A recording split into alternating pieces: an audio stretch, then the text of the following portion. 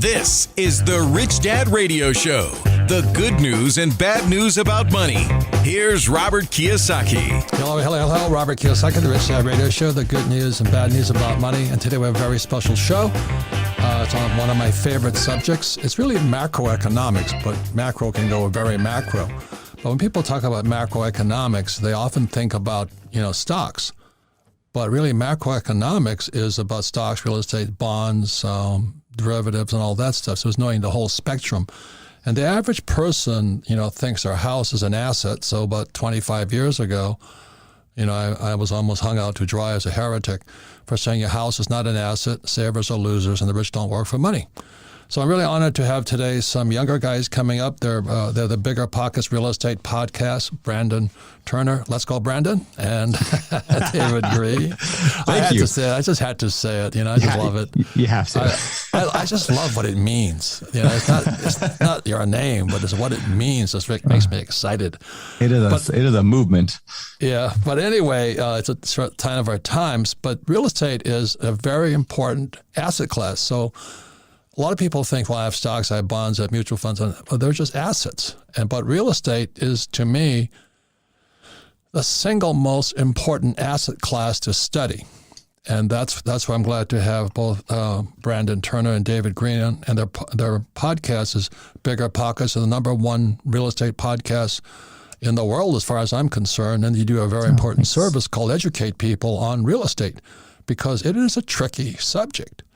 And especially today, since I just was watching CNBC, Bubble Vision, and they finally acknowledged that Zillow has a 7,000 property problem because they flip property. And naturally, I tax, and I don't flip property. I hold property forever. I collect rent forever, and I pay no taxes.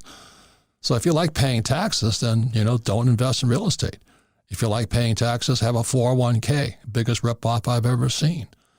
But so that's why real estate as an asset class in the macro picture globally is the single most important subject, but also the most complex. And the reason it's complex is if you buy, let's say, Apple stock and you make a mistake, you say you buy Apple at Tesla at $1,000 or something.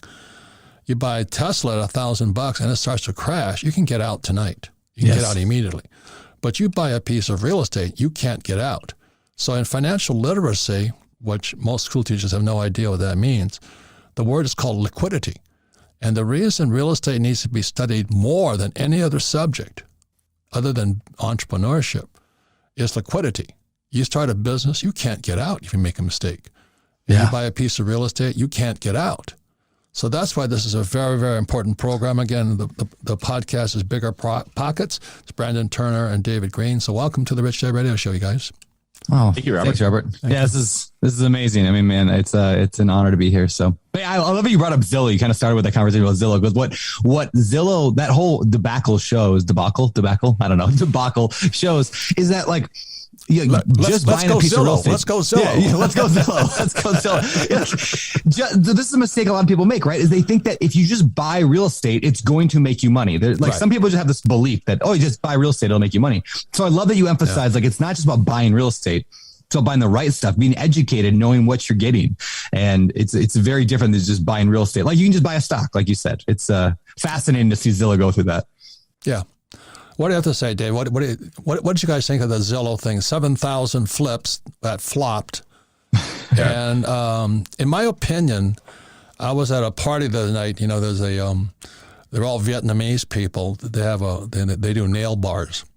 And so they have a big business in nails. So there was a huge party and all this stuff. I'm there. And this young couple comes up to me and they start dropping jargon all over me. We got this half acre and the cap rate is this, and I have no idea what they're talking about. Yeah.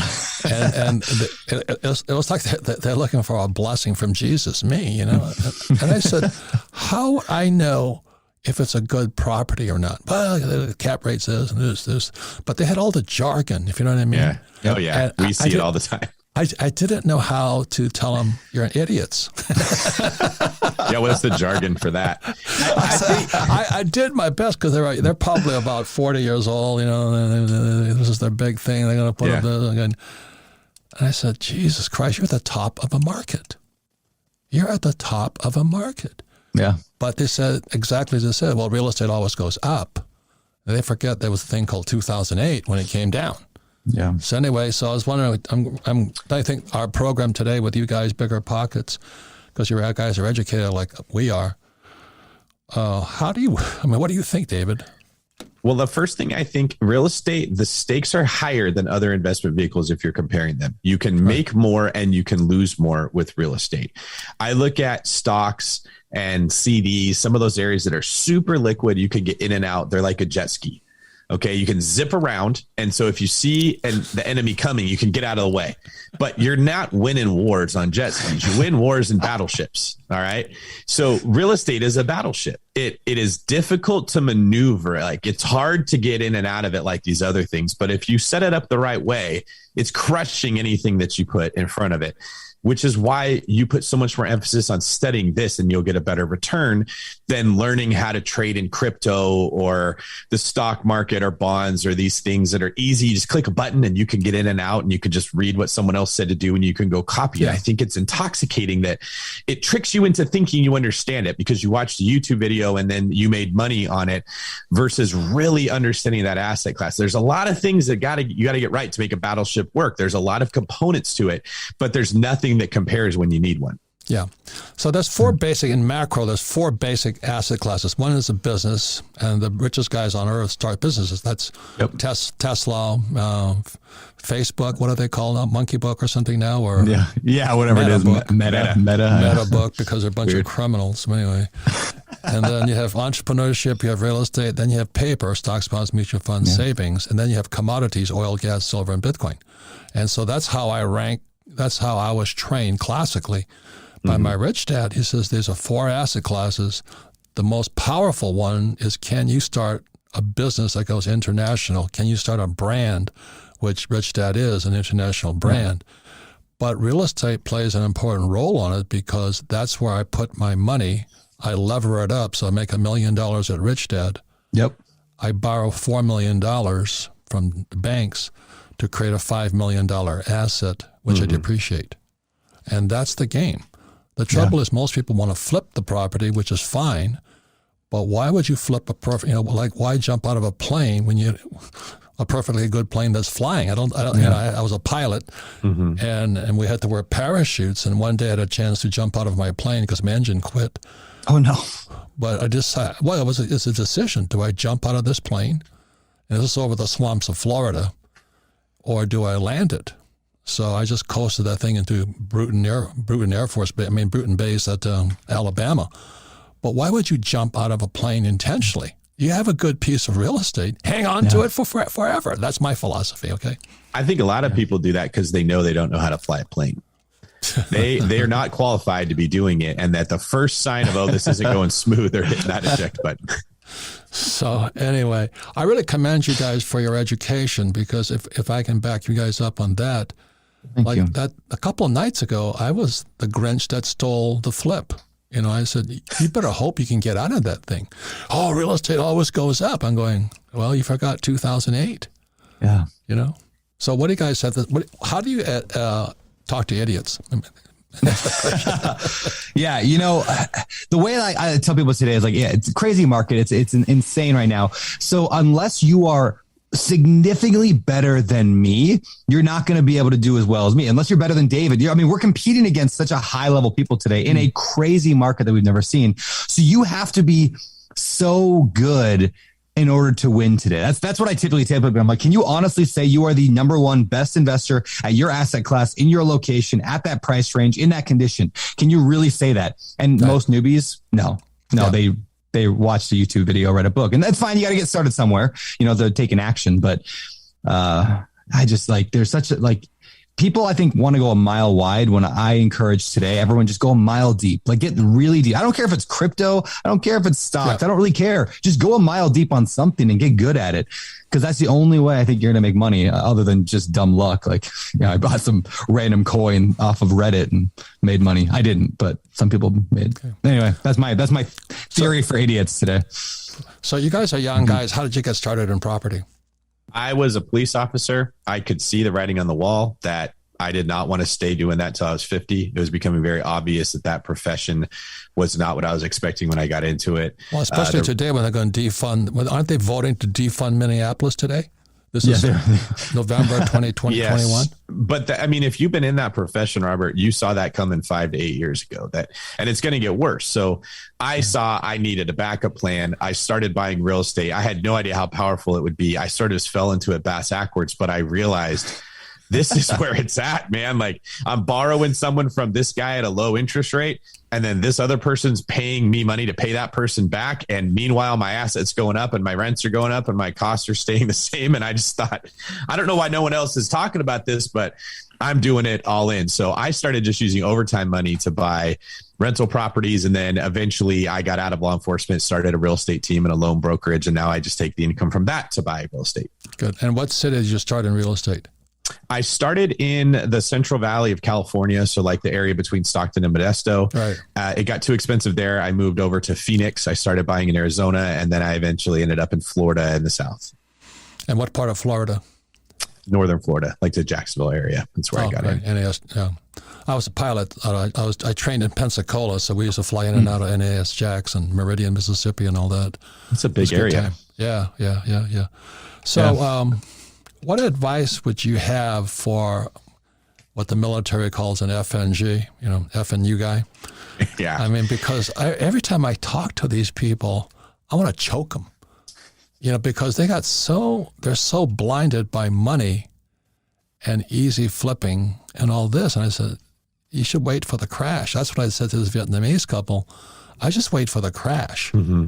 Like if Neiman Marcus say they're going to raise their prices, I don't go in there. Yeah. But if Neiman Marcus has a sale, I'll go shopping. It's not that hard, but you got to know what you're looking for. And that's kind of my attitude on everything. Buy low, never sell. Finance, don't pay taxes. Yeah, that was the way I walked into it. I definitely think in general, like that's how Warren Buffett made most of his wealth, was he just waited. He's patient. Yeah. There's another layer of complication, though, where the Fed keeps printing money every time we should get a crash. So that makes it a little bit trickier to time the market like we used to, because you have a time where our economy should be tanking based on bad financial decisions that we made. But then whoever is sitting in office just says, oh, we'll just print money and create stimulus and convince everybody the economy is doing better than it is. And so prices go up, even though the value of the asset might not be keeping up with that. Well, that's because the Fed and the Treasury are Marxist. You see, in a true capitalist society, there's an economist named Schumpeter says capitalism is failure. The capitalist is supposed to wipe out the inefficient. So like you think about, what was that? When I was not too long ago, there was Blockbuster Video, and my goofy friend wanted me to invest in Blockbuster Video stores. And thank God I didn't, because what came along was Netflix. It just blew them out of the water. That's capitalism.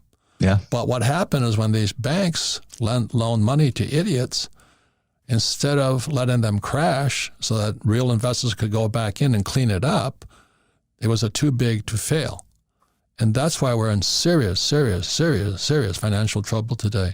Any comments there on that? Well, that's such a good analogy, though, a Blockbuster, or a good metaphor. Like, imagine if the government was like, no, we are going to require by law that you have to rent videos from a store. And we're not going to allow to, like, imagine how much different the world would be today. Like, all the technology that came because we had capitalism, because we had efficient markets. And so it makes the future much more Wild West, right? Like, we don't know. Like, I feel like for years it was this.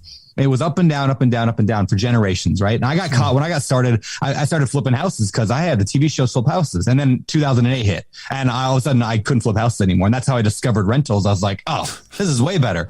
But I don't know.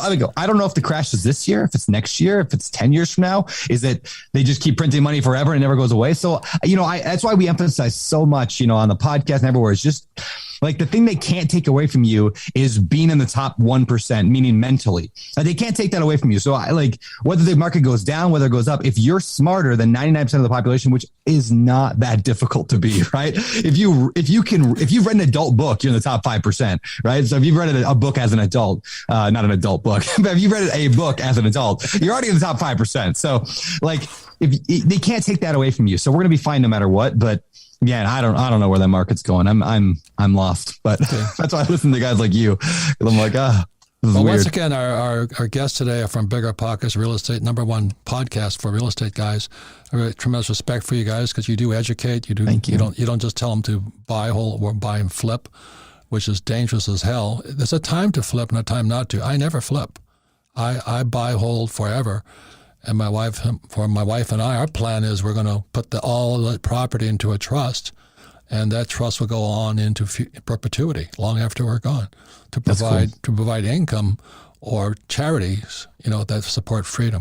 But when we come back, we're going to be talking more about real estate. And remember, the biggest problem today is the Fed and the Treasury and this guy Biden, let's go Brandon, are communists. They should have let the banks fail, but they didn't. And so today we're sitting on a bubble. I have never seen this so big. It's going to make 2008 look like a drop in the bucket. And so that's why I'm glad you guys are a part of this program. And let's set the warning out there. And the bigger opportunities are coming, but we have to wait, in my opinion, until after this thing passes. This too big to fail. They should have let them fail. When we come back, we'll be talking more to Bigger Pockets. Guests Brandon Turner and David Green. We'll be right back. Welcome back, Robert Kiyosaki, the Rich Dad Radio Show, the good news and bad news about money. And today, a very, very special guest. They're Bigger Pockets, the biggest and best real estate podcast program going. And they are really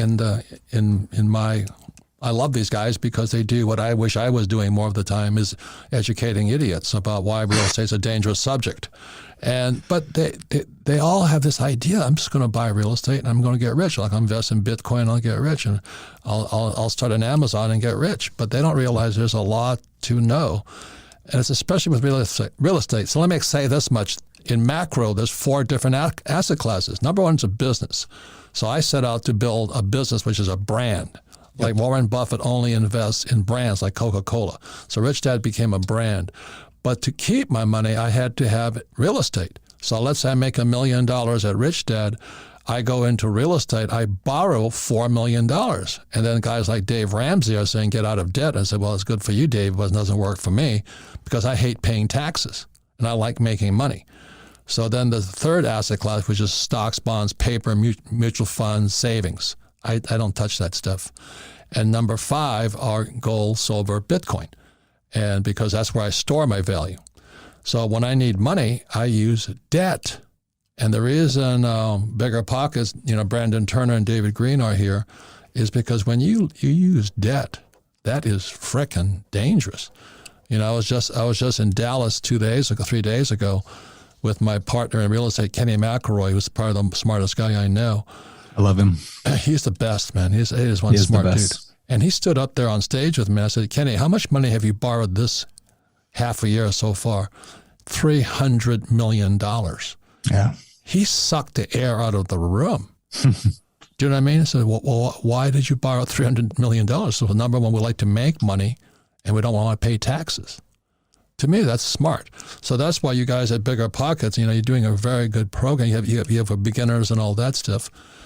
And so would you mind first telling us your beginner program? Because I think that's the most important thing you can do, start a beginner off on the right foot. Yeah. I mean, so a couple of things that we do. So Bigger Pockets, obviously, we started the podcast and we've got blog, forum, all this like free stuff out there. But kind of the beginner path that we send people is either one of 2 things. Some people are readers, and so we have like a free ebook on that people can read. They just search. It's called the Ultimate Beginner's Guide.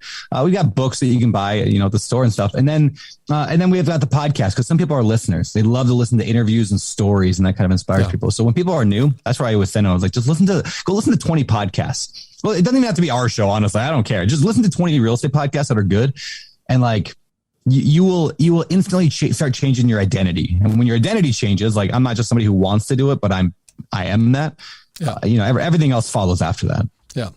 And so David, the COVID shutdown's ending, and hopefully happy days are here again. I doubt it because I still found another mutant strain. Oh, I know. It's never ending. But anyway, so how does COVID affected your investment strategies? I'm hesitant to say it because I don't want it to sound like I'm gloating when other people were hurting, but it was the best year that I ever had financially. Yeah. So us too. My business exploded, tripled what I did the year before, and my investments did very, very well. I picked up new investments. So in general, I know this is a shorter show. I want to zig when everyone else zags. That's something that Warren Buffett said, be greedy when others are fearful and fearful when others are greedy. So we had, the immediate shelter in place, and there was a week period there where banks were literally not lending to people. That was, oh my God, calamity is coming. The entire country is going into a depression because of the virus. And in my opinion, I bet on, no, I think the government will spend our way out of this because it's what we always do. And I think smart people will buy the best real estate. And so there was this little window when everyone was afraid, when I went and bought a couple properties in Maui where Brandon lives, and I bought another really big triple net property in Minnesota. And I cautioned all of our clients, like, look, the fundamentals are very strong for this asset class. The people are just panicking because of what they're hearing in the news.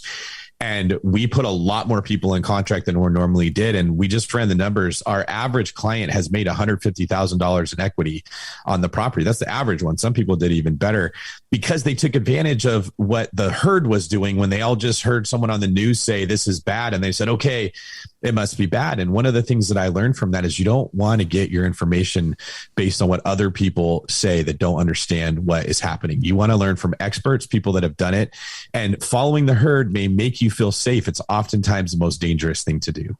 So let me ask you this: with all these people, I don't follow it because it's not my thing, but they paid people to not pay their rent or something. What did they do? They just gave money to people all over the place. Everyone just got money that needed money at the time.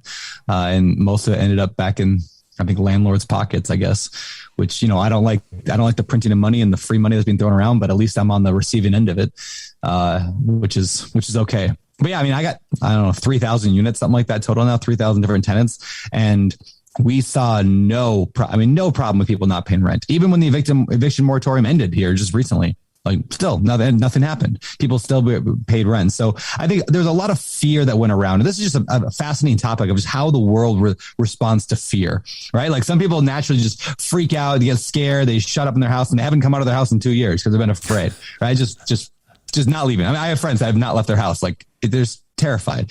Other people, landlords were like, oh, it's all over now. Like nobody's going to pay rent. Anarchy's here and we're all losing our properties.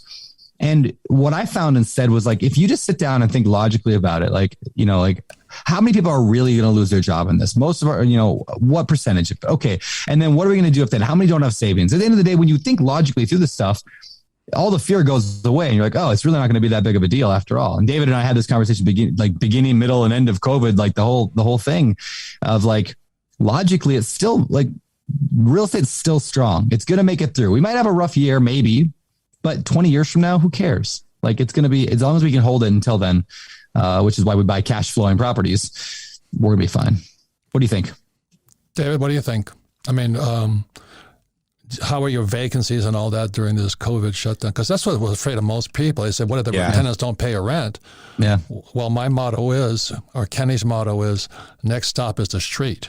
Yeah. So that's a great way to put it. If you don't pay your rent, we'll throw you out. But the properties, that's what they shut down, that power. Yes, they shut down the power to throw people out. So what I found was that the properties that I probably shouldn't have bought in the first place that were in less than ideal areas were populated by less than ideal tenants and had nothing to lose. And people with nothing to lose are the ones that take advantage of, well, you can't throw me out. So who cares if you trash my credit score if I get an eviction? Right. The properties that I bought wisely that I knew were better had no problems because even though I wasn't allowed to kick you out, the tenants didn't want that. They had a measure of integrity in their lives. And so what I came out of from there was sometimes you can get by with blurring the lines of a good investment or not, as long as the tide is rising. But when it goes down, man, it's those ones that you shouldn't have been holding that get exposed. So it just sort of renewed that focus on, I'd rather have less properties in really good areas than more properties in questionable ones. Yeah, for Kenny and I, it's really simple. If there's good jobs. Yes. The worst property I ever saw Kenny buy was in San Antonio, Texas. This place was so bad, I still shudder when I walked into it. I couldn't believe the tenants would trash it that bad. And it wasn't the tenant, it was the owner. He just didn't take care of the place. And we walked into this first unit, and there was a toilet sitting in front of the fireplace. I said, And then, of course, all the walls are open. They stripped out all the copper and electrical wires. I mean, they just destroyed this place. And Kenny thought it was the best investment of all. I said, why is that? He says, because it's right next to a hospital. Do you know what I mean? He says, and hospitals will be around for a couple more years. Shopping centers might not be, but hospitals will.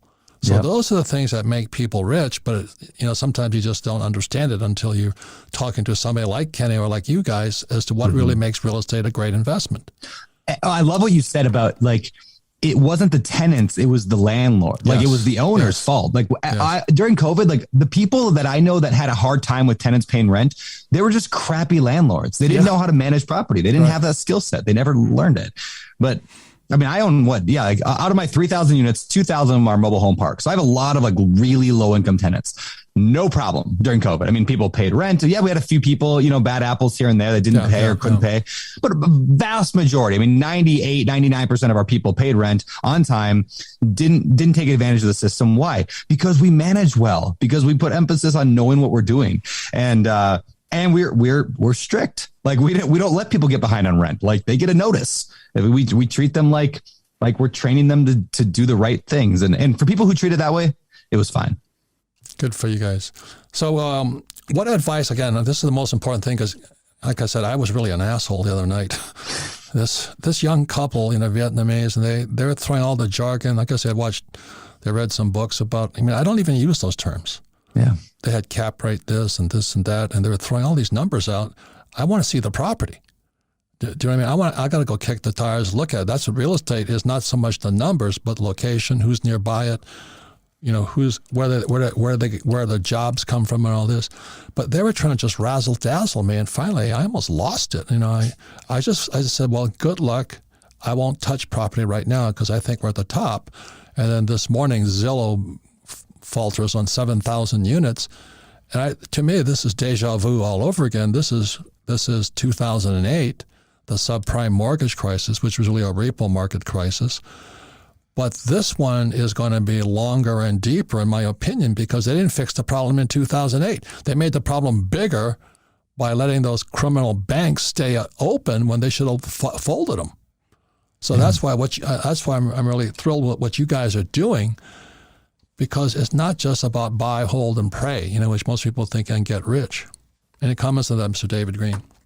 Well, the abridged version, what I'll say here is that I tend to look at it like when you kick the can down the road, eventually the bill comes due. And so there should be a point where we have a recession. A recession would be healthy, frankly, in a lot of ways that would allow us to, like a forest fire, get rid of all the inefficiency. The problem is the rules change based on who is in office. And so real estate investors have to study two things. They have to understand the asset itself, and they have to understand macroeconomics, like you talk about on this show, that affect how to operate. So I look at, I use a football analogy on Ken McElroy's podcast. I did it a few too many times. There were some YouTube comments of people that said, why are we talking about football? But you got to know how to play football. Yes. And then you got to know what rules the NFL is changing so that you adapt your strategy off of that.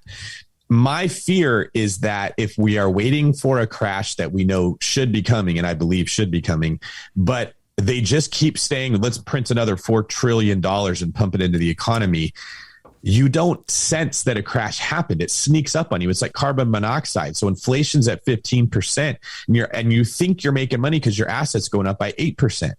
But you're actually losing. You're experiencing a crash without knowing it. My hopes are, and my prayers would be, we don't get to that point where we actually let the economy take the crash it needs rather than ruin our currency. But my fear is we don't have the recession. The dollar itself loses credibility because we just spent it into oblivion.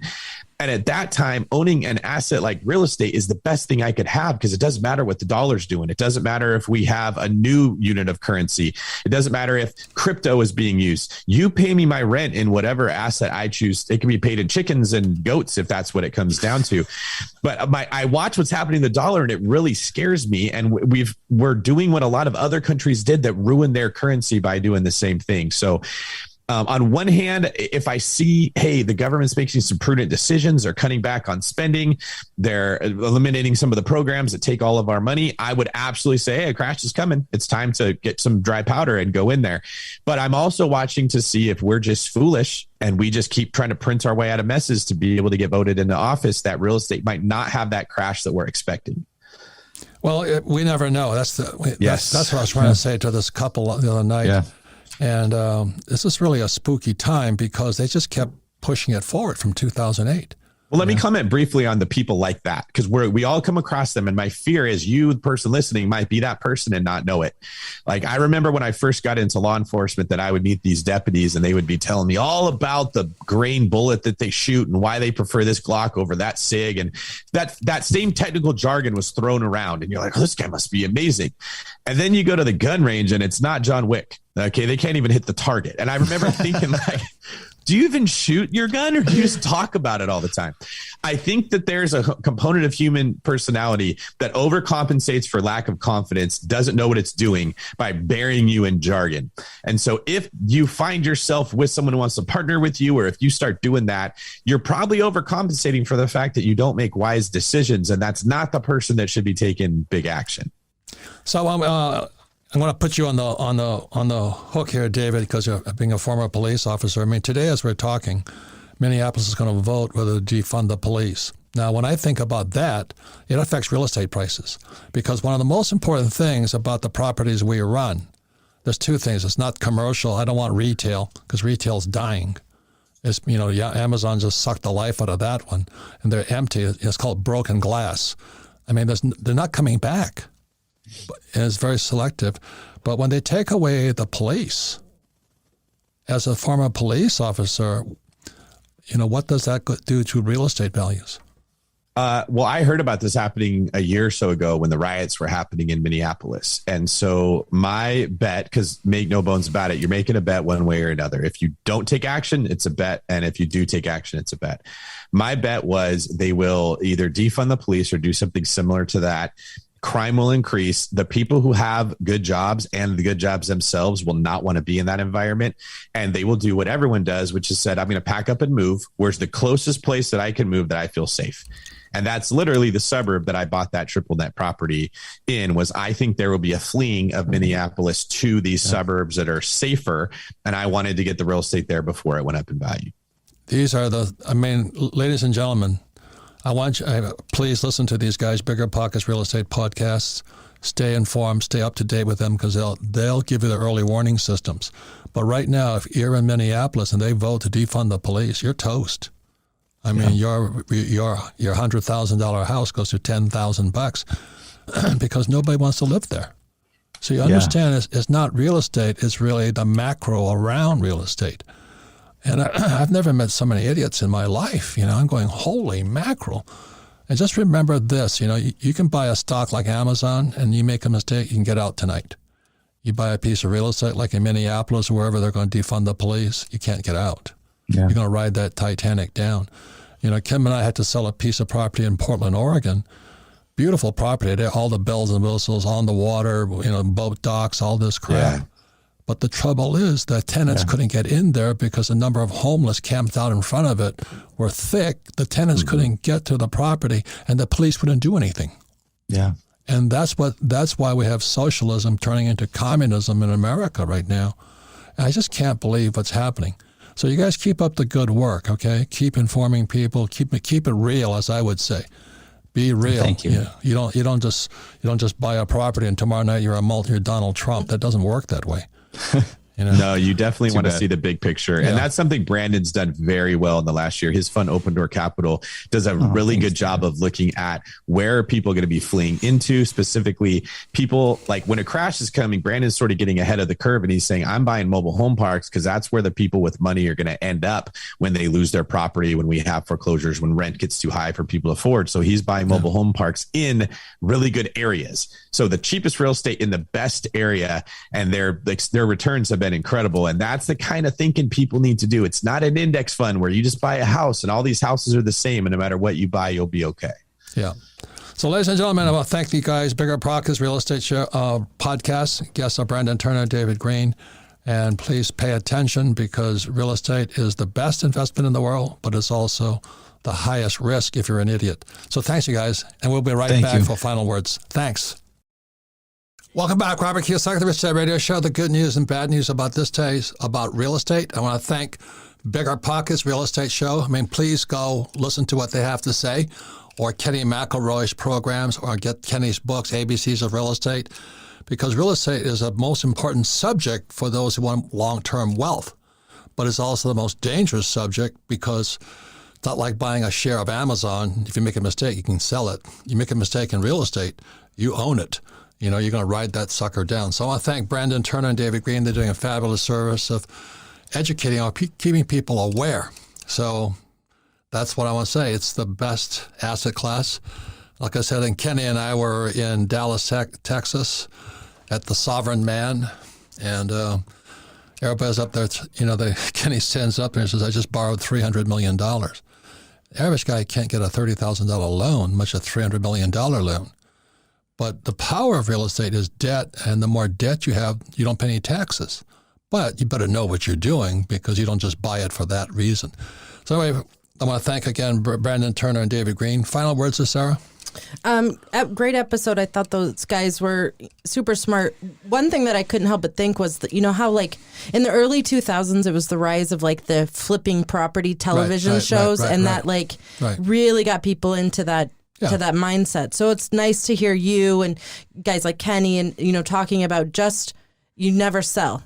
Find a good property and never sell. I take that cash flow forever. Yeah. And somebody amortizes that loan. So if I borrow $1 million, in 20 years, that $1 million loan is zero, and I still get the cash flow and I pay no taxes. And that's the unfortunate side with, I think, education is it made it seem like you could flip a house, make, $10,000 in 30 minutes. And so I'm glad you brought up the fact that real estate is not liquid and it's very difficult. But if you have the right education, you can be profitable. But also, if you flip a house, you got short-term capital gains tax. And if you have a 401k, you have ordinary income tax. So being an investor is not just making money. That's right. That's why the Rich Dad Show company is around. Is to educate people. I'm really glad to see guys like Brandon Turner and David Green carrying the torch of financial education. So let's talk about Zillow really quickly here, because to me that's good news. Yeah. So Zillow, I was watching, this is what, November or something? 2021. They announced that Zillow had 7,000 properties not turn over. So they had to sell them for less than they bought them for because they were trying to flip them. And Zillow is supposed to be this real estate expert company. My God, how stupid are they? But that's what happens when people want to make a quick buck versus going for cash flow. So again, they're going for capital gains and I go for passive income. There's a very big difference in that. Now, the good news about Zillow is, to me, the top is in right now. I hope the sucker comes down, but they'll probably bail them out again. It's too big to fail when real capitalism is you should fail. The weak shell should get wiped out. But no, the Fed and the Treasury and guys like Biden protect the banks. And they let this incompetence stay alive. So I don't know what's going to happen, but when Zillow goes bad, it's the best thing I can think of. But I want to get back in the market. When markets crash, that's when I want to get back in. So if you guys are right, Kiyosaki said that Zillow's crashed. No, don't be an idiot. And I told that young couple, don't be stupid. Don't give me all this financial literacy jargon, cap rates and discounts this. And I could tell they knew jack. They know jack because it has nothing to do with the numbers. It has to do with the property, their area, the management skills, all this. If it's a business. Right. So when Zillow said they're coming down, I get sexually stimulated going, oh boy, another time to start buying. Because what happened in 2008, soon after it crashed, Kenny and I borrowed another $300 million and we went and bought the best real estate at bargain prices. So don't be a chicken. Don't be one of these guys got to wear a mask, got to be a social distance. That's cowardice. Look, this is the best time to be alive, but you've got to be smarter. Right. So if Zillow comes crashing down, celebrate, pop the champagne, suck a couple of drinks, but be smart. Listen to bigger pockets. Listen to people who know what they're talking about. Real estate is very local. You know, you can have a piece of property, 5 miles apart, and there'd be two different demographics, two different types of renters, all that stuff going on. So you can't just give me the jargon. So the final word I want to say is this: one of the biggest real estate deals I missed was after, it was in 1996. It was the Thai baht crisis. I was in Thailand sniffing around for deals. I was in Bangkok. And this guy was trying to sell me this office building. It's only $4 million. I forget how many square feet, So I'm in Bangkok, Thailand, looking at this building. It's $4 million. Then the Thai baht thing, long-term capital management crashed, which is my friend Jim Rickards. And all this stuff was happening all over the world. This was 96, I think. And so I looked at that office building. I said, Chad, I'm glad I didn't buy it, So I come back a few years later and I said, who bought that building? I said, this woman bought it. I said, what's she doing with it? She turned it into a cat house.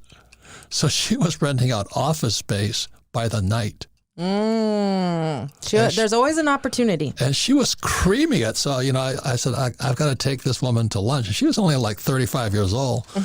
She says, it's the oldest profession in the world. I'll always be in business. I sat there howling and cracking up and crying almost, because I couldn't see it. And so my whole thing, no matter how bad it is, keep an open mind, study, I'm not recommending you open a cat house or anything like that, but I sat there looking at her going, you got it, kid. I mean, she really had it. So she's renting out by the hour, the night, and all the hookers would come in, they'd take little spots, and she had customers for life. I don't know what happened to them during the COVID shutdown. Right. Social distancing goes out the window at that point. But anyway, the reason with the Rich Dad radio show and Bigger Pockets and these guys, there's always an opportunity, but you've really got to have an open mind and study. Real estate is the best subject in the world because I can borrow. Kenny and I are nearly $1 billion in debt. But it's good debt because somebody's paying it off for us, and we pay no taxes. To be able to do that takes a lot more power than buying a 401k. So thank you for listening to the Rich Dad Radio Show, and keep studying. Thank you. Thank you.